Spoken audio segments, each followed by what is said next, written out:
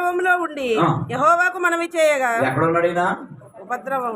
ఇంకోటి మనవి చేస్తుంటే అర్థం ఏంటి? కేకలు ఎత్తుంటే అర్థం ఏంటి? మాట్లాడదే సహాయం కొరకు, ఆయన రక్షణ కొరకు, అక్కడి నుంచి విడుదల కొరకు, దాని నుండి జయం కొరకు, ఆ శాపంలోంచి, ఆ యొక్క కోపంలోంచి, ఆ దరిద్రంలోంచి, ఆ అగ్నిలోంచి విడుదల కొరకు నీకు అర్థం అవ్వాలి. నేను ఉపద్రవంలో ఉండి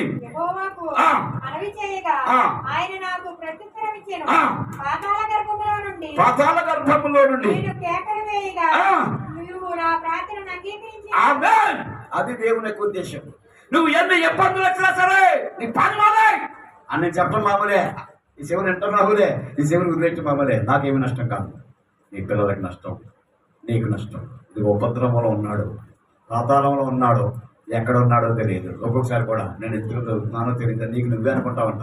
ఎవరికెవరం నేను ఎందుకు బతికేస్తున్నాను అలాంటి జీవితాలు చాలా మంది ఉన్నారు. ఎందుకు బతికేస్తున్నాను? దేవుడి సన్నిధానంలో అలాంటి పరిస్థితిలో ఉన్నాడు. కేకలైతే మా దగ్గర, అయ్యా నేను ఉపద్రవంలో ఉన్నాను, ఎక్కడున్నాను వైరం లేదు, ఏం చేస్తాను వైరం లేదు, అయ్యా నేను బ్రతకాలి అని దేవుని సన్నిధానంలో కేకలు వేయగా పదవచ్చును అంతలో మత్స్యములకు ఆజ్ఞయ్యగా. అది చూసారండి, ఎక్కడైతే పరిస్థితుల్లో ప్రమాద పరిస్థితుల్లో కూరుకుపోయి ఉన్నావో నువ్వు ఖచ్చితంగా కేకలు వేయాలి. ఆ కేకలే ప్రార్థన చేయాలి. ఆ కేకలు దేవుని యొక్క సహాయం కొరకు, ఆ కేకలు దేవుని యొక్క విడుదల కొరకు. కేకలు వేస్తే ఆ చిన్నది బతికింది. అక్కడ మనుషులు లేకపోయినా సరే దేవుడు ఉన్నాడు. కేకలు వేయవలసిన స్థలంలో కేకలు వేయలేదు, కొవ్వెక్కింది, చచ్చింది. కేకలు వేసి రక్షింపబడతారా? ప్రార్థనా జీవితం కలిగి మేలు జీవితాన్ని పొందుతారా? నా పని ఉంది, నాకు కాలేదని చెప్పేసి నోరు మోసుకుని చావుకి, శాపానికి, నష్టాలకు గురవుతారని దేవుడు ఖచ్చితంగా మనకు తెలియజేస్తున్నప్పుడు అతడు కేకలు ఉపద్రవంలో పాతాళంలో కూరుకుపోయి కేకలు వేయగా దేవుడు ప్రత్యుత్తరం ఇచ్చాడు. ఆ పరిస్థితిని మార్చాడు. చేప కడుపులో ఉన్న యోనాను నువ్వు గట్టు మీద కక్కు, అంతలో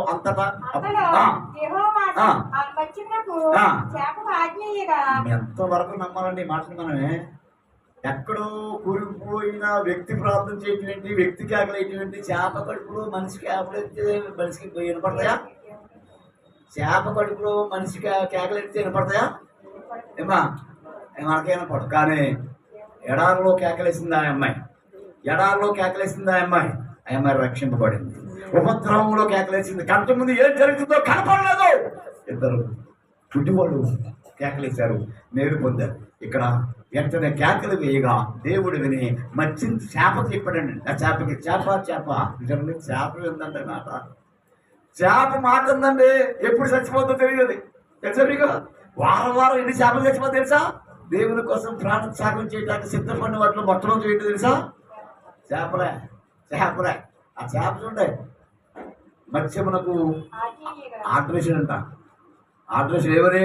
నువ్వు పొరపాటుని లోపల మింగి గొంతులో ఉన్న అతను లోపల మింగేసి అభివృద్ధి చేసుకుంటావేమో. నో, ఒకవేళ నీకు మింగిలి పడుతుందని చెప్పేసి కప్పకున్న నది సముద్రంలో నువ్వు కక్కెత్తావేమో. కాదు, వారకెళ్ళి చెప్పండి అంతలో మత్స్యం మనకు ఆజ్ఞ ఇవ్వగా అది ఎక్కడికెక్కమన్నాడు? అది ప్రార్థనా జీవితం, అది మెరుగైన దేవుని దీవెన, అది మీ దేవుని యొక్క ప్రతిఫలం. నీ జీవితంలో, నా జీవితంలో ఈ ప్రార్థన అనుభవమే రేపు సోమవారం నుండి ఆదివారం వరకు ఉపవాస ప్రార్థనలు. హల్లెలూయా.